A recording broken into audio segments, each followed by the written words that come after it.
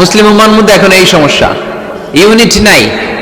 We don't have any central leadership, আমাদের কেন্দ্রীয় নেতৃত্ব নাই। এই যে মুসলমানরা গোটা বিশ্বে মার খায়, আমাদের পক্ষে কথা বলার মতো আমাদের কোনো কেন্দ্রীয় লিডার আছে? সেন্ট্রাল লিডারশিপ নাই। আল খিলাফা আল ইসলামিয়া, ইসলামিক ক্যালিফেট, এটা নাই। এই সেন্ট্রাল লিডারশিপ না থাকার কারণে গোটা বিশ্বে আমরা আজ নির্যাতিত, নিষ্পেষিত। আমাদের কোনো মা বাপ নাই, জোরে কোন ঠিক কিনা? এদিকে লাথি মারলে ওইদিকে যাই, ওদিকে লাথি মারলে এদিকে আসি। আমাদের পক্ষ নিয়ে, আমাদের স্বার্থ নিয়ে যে কথা বলবে, জাতিসংঘে হুঙ্কার তুলবে, ওআইসি থেকে ঘোষণা আসবে, ওরকম একটা নেতাও আমাদের নাই, জোরে বলেন ঠিক কিনা?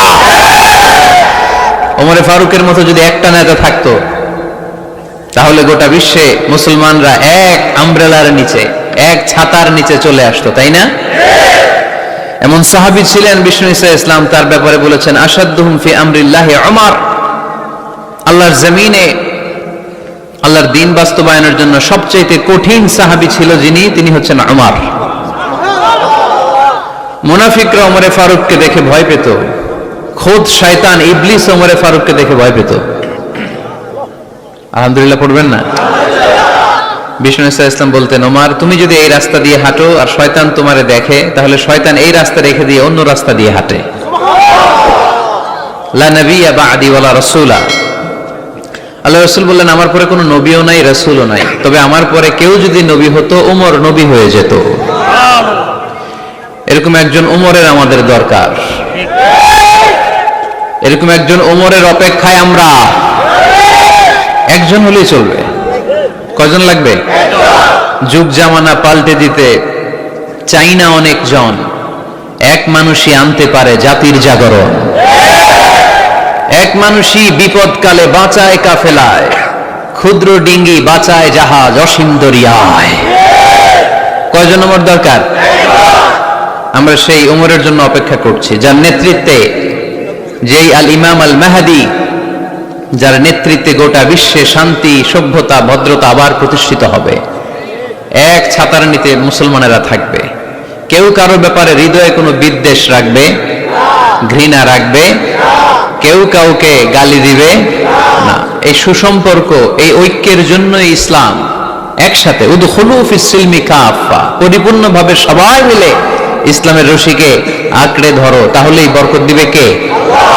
ওমরে ফারুক বলতেন, নাহনু কওমুন আ'আজ্জানাল্লাহু বিল ইসলাম, আমরা তো এমন জাতি যে জাতিকে আল্লাহ তাআলা ইসলাম দিয়ে সম্মানিত করেছে। আমাদের সম্মান ইসলামে, এখন ইসলাম রেখে দিয়ে অন্য জায়গায় সম্মান খুঁজি, এজন্যই লাথি খাই, এজন্যই অপমানিত, এজন্যই নেতৃত্ব শূন্য, জোরে বলেন ঠিক কিনা? গোড়ার দিকে যদি না যাই, মূলের দিকে যদি ফিরে না আসে, আমাদেরকে গালি দেয় মৌলবাদ। মৌলবাদ মানে হচ্ছে যে মূলের দিকে ফিরে আসে, return back to the root. শিখর থেকে, শেকড় থেকে শিখরে, শিখরে যেতে হলে আগে শেকড়ে যেতে হবে, জোরে বলেন ঠিক কিনা? এজন্য ঐক্যের কোনো বিকল্প নাই। আমি আমার আলোচনার শুরুতেই এই মেসেজটা আপনাদের কাছে ড্রপ করতে চাই যে আসুন আমরা কাদা ছোড়াছুড়ি ছেড়ে দেই, হিংসা বিদ্বেষ ভুলে যাই, হৃদয়টারে সবার জন্য উজাড় করে দেই। মুমিনদের হৃদয়ে থাকবে সবার জন্য ভালোবাসা। কি থাকবে? আল্লাহ রাসূল সাল্লাল্লাহু আলাইহি ওয়াসাল্লাম মক্কা থেকে যখন মদিনাতে গেলেন, তিনি দেখলেন দলে দলে লোকজন কালিমা পড়ে মুসলমান হচ্ছে, বড় একটা মুসলিম কমিউনিটি গড়ে উঠল। আল্লাহ রাসূল সাল্লাল্লাহু আলাইহি ওয়াসাল্লাম খেয়াল করে দেখলেন ওখানে শুধু মুসলিম কমিউনিটি নয়, ওখানে জিউস কমিউনিটি আছে, মানে ইহুদি কমিউনিটি।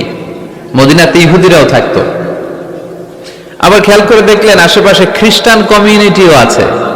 তাহলে মোট কয়টা কমিউনিটি হলো? রাসূল সাল্লাল্লাহু আলাইহি ওয়াসাল্লাম এই তিন দলকে নিয়ে একটা চার্টার করলেন। চার্টার, ইতিহাসে এটা মদিনা চার্টার নামে পরিচিত, মদিনা সনদ। সুবহানাল্লাহ পড়েন। তিন ধর্মের লোক, তিন জাতি একসাথে থাকে, আর আমরা এক বাঙালি এক দেশে থাকতে পারি না। এক দল আরেক দলরে বলে তুমি ভারতপন্থী, ওই দল আরেক দলরে বলে তুমি পাকিস্তানপন্থী। বাংলাদেশপন্থী কেউ হতে চায় না। আমরা কোন পন্থী? জোরে বলতে হবে। দেশের স্বার্থটারে সামনে নিয়ে আসতে হবে। তো সম্মানিত সুধী, রাসূল সাল্লাল্লাহু আলাইহি ওয়াসাল্লাম ইহুদিদের সাথে বসেছেন, মদিনা চার্টারে যদি তিন ধর্মের লোক থাকে, মানে Muslim community, Jews community and the Christian community যদি থাকে, তার মানে মদিনা সনদের মধ্যে স্বাক্ষর করেছিল তিন কমিউনিটির নেতারা। ইহুদিরাও ছিল, খ্রিস্টানরাও ছিল। তো আল্লাহ রাসূল সাল্লাল্লাহু আলাইহি ওয়াসাল্লাম ইহুদিদের সাথে বসেছেন, চুক্তি করেছেন 10 বছরের লম্বা সময়ের।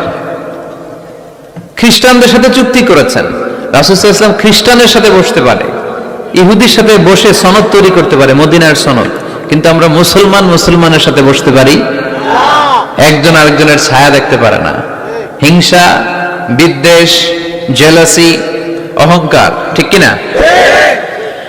লা ইয়াদখুলুল জান্নাতা মান কানা ফি কলবিহি হাববাতু খারদাল মিনাল কিবর, যার অন্তরে যাররা পরিমাণ অহংকার থাকে সে কোশ্চিনকালেও আল্লাহর জান্নাতে প্রবেশ করতে পারবে না। আমরা যেন এই অহংকার থেকে মুক্ত হতে পারি, আমরা যেন ব্রড মাইন্ডেড হতে পারি, আমরা যেন ভিন্ন মতের লোকদেরকে রেসপেক্ট করতে পারি, ভিন্ন মতকেও যেন আমরা সহ্য করতে পারি।